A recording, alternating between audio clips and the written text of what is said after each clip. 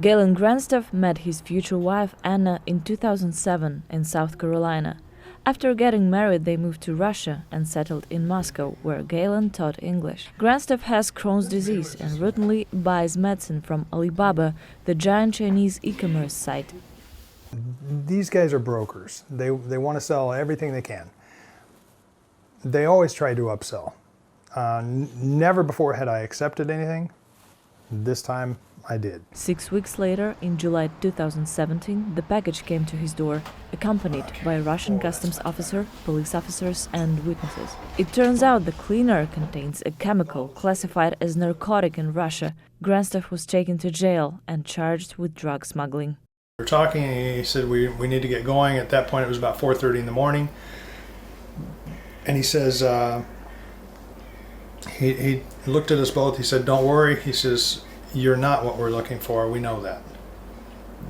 He said, "In 2 days, you'll come home." But those 2 days turned into 2 years as Grandstaff's case stalled in criminal limbo. His crime carried a sentence of up to 20 years. He endured isolation and injury during his time in prison. Be prepared at all times to defend myself. Normally it was not one-on-one. It would be a number of them. When the smuggling charges didn't take, the prosecution tried to prove Grandstaff was using the drugs for bodybuilding purposes. Law enforcement agencies wanted to prove that this 53-year-old man wanted to build muscle, despite the fact that he has a metal plate in his neck as a result of an earlier injury.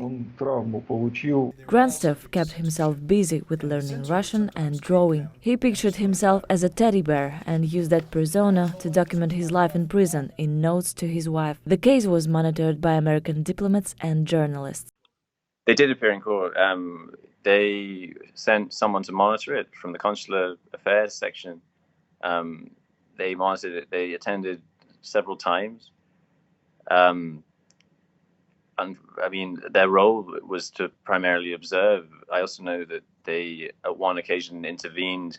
Then in March of this year, the court suddenly released Grandstaff from custody and referred his case for review. Probably judicial review was granted thanks to your colleagues in the media that exposed the story. Due to review, Grandstaff can't leave Russia. He is currently back at his Moscow home, recuperating from injuries he received while in prison. I want them to leave us alone and never take him away from me again. Gaylen says some investigators have suggested he flee the country, but Grandstaff says that would feel like an admission of guilt. Nastassia Jauman for VOA News, Moscow, Washington.